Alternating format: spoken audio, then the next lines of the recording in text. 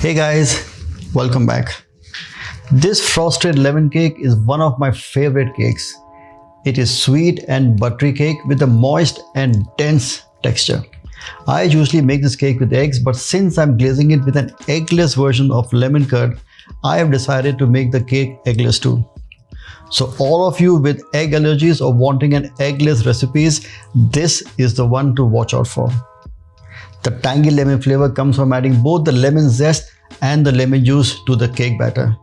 And the lemon curd glaze further enhances the lemon flavor. So let's get cooking. Whenever you're making cakes or brownies as such, there's a golden rule. You should always mix your wet ingredients first along with sugar and then fold in your dry ingredients and get the batter to the right consistency. For the recipe now, for the lemon brownie, I'm going to use oil as the base. It's going to be an egg-free and butter-free, so oil is the base. Now I'm using a plain neutral flavored oil, but you can use an olive oil. It works very well. Slightly bitter, but really works nice. You can also get a lemon flavored oil. Even that would work well. Don't try and use a strong oil such as a mustard oil or any walnut oil or a sesame oil. That's going to overpower the entire dish.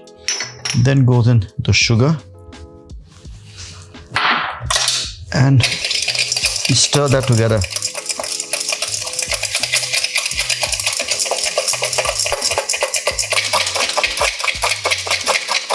Then goes in our yogurt. Try and get Greek yogurt or thick yogurt. It gives a very nice rich feel. A lot of people ask me, how do you do eggless desserts, eggless cakes? And this is what you do. You actually add yogurt into it. It gives it a very nice softness and a creaminess, which mimics the kind of a texture of an egg.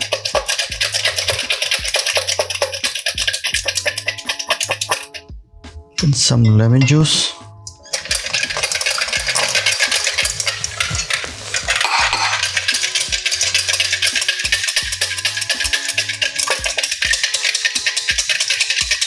It's nice and smooth. Now what I'm going to do in this is I'm going to add a zest of lemon. Now only use the yellow part. As you keep zesting the lemon, the white part comes through. Avoid putting the white part because the white part makes it very bitter. Just the yellow zest. You can use green lime zest, even that works well.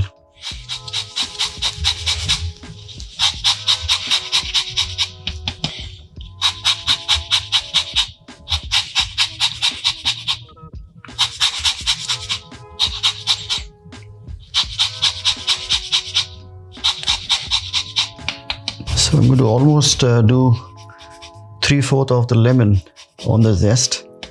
A lot of it is stuck here, so you need to take it off with your fingers.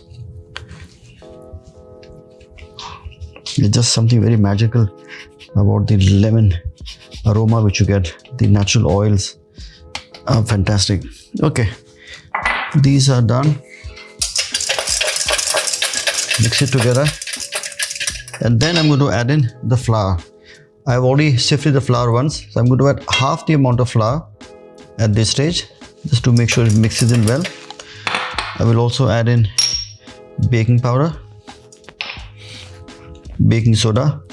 You can sift the flour with the baking powder, baking soda in one go, but just for you guys to know, I'm putting it separately.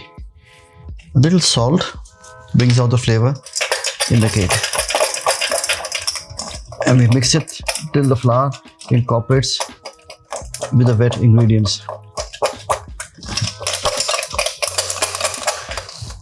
Then goes in the rest of the flour, all the flour. As simple and easy as that.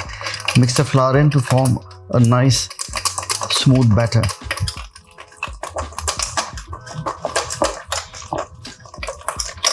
The batter is nice and smooth. In this, for a lighter, milder flavor, I'm also going to add vanilla extract, almost 1 capful. This is again optional. If you don't want to add it, you can skip it. I just love the aroma and the smell and the flavor of vanilla. I like to add it into cake especially. Also when you bake it, it smells so nice. It really perfumes the entire kitchen. Oh, I can smell it. Mix that together and lastly, add in some milk.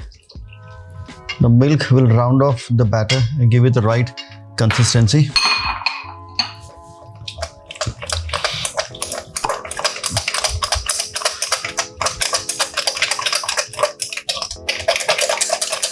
And there you have it. The batter is ready. This is going to now go into a cake tin. The batter is now ready.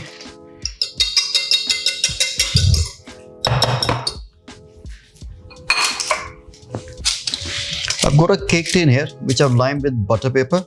The cake tin, basically the center, the bottom is actually removable one. If you don't have this, you can use a normal round tin or rectangle bread loaf or any kind of a cake tin, but make sure you actually grease them quite well. I use butter paper, but if you don't have butter paper, you can grease it with oil or butter and then dust it with either castor sugar or with flour and just coat the side. So the pan or the roasting or the baking tin becomes almost like a non-stick. So when you pour your batter in, it does not stick and peels off very easily when it comes off. So very easy to take out the cake eventually. The batter goes into the cake tin.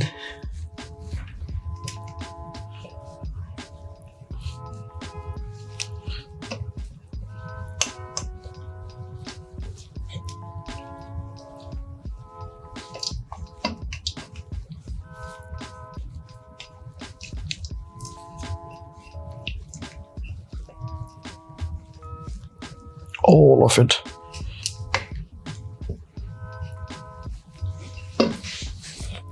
This is going to go in a preheated oven. Always preheat the oven at 180 degrees centigrade or 350 degrees Fahrenheit for approximately 20 to 25 minutes till it becomes cooked, slightly aerates, and right till the center it will be nice and porous and spongy.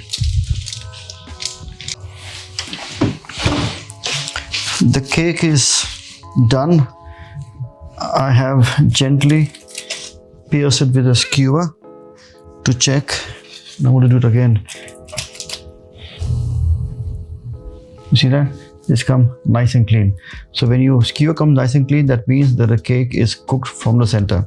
This will now rest and come to room temperature, and then I'm going to give a lovely icing and finish off the cake. Our lemon brownie is now ready, and I'm going to put in a topping on top. Normally you add icing into cakes and stuff like those, but what I'm going to use is actually lemon curd. I have done the recipe of lemon curd earlier. It's an eggless recipe and it will go perfectly well with the eggless brownie. For the lemon curd, it is basically icing sugar, is condensed milk, is water, is lemon juice, all cooked together and thickened up with corn flour. Now when you keep them in the fridge, it does become hard. When you want to put it on top of your cakes or into your brownies, always put it in the microwave for around 25 to 30 seconds, lightly soften it up so it becomes spreadable. So I'm going to spoon my lemon curd on top, and I feel that the lemon curd with the lemon brownie goes extremely well. And all you do is just spread it across on top. Oh, I'm going to add a little more. Should be enough.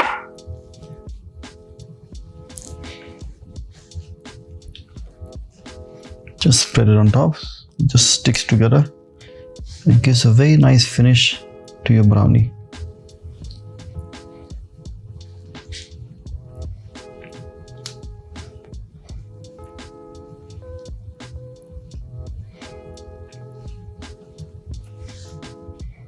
There you go. As simple and as easy as that. Make sure you make it at home, enjoy it with tea time. In fact, have it anytime. It's got such a nice lemon burst flavor to it. This is my eggless lemon brownie with lemon curd. Try it at home, make it for your friends, make it for your family, and don't forget to leave the comments on the section below. So until next time, happy cooking and bon appetit.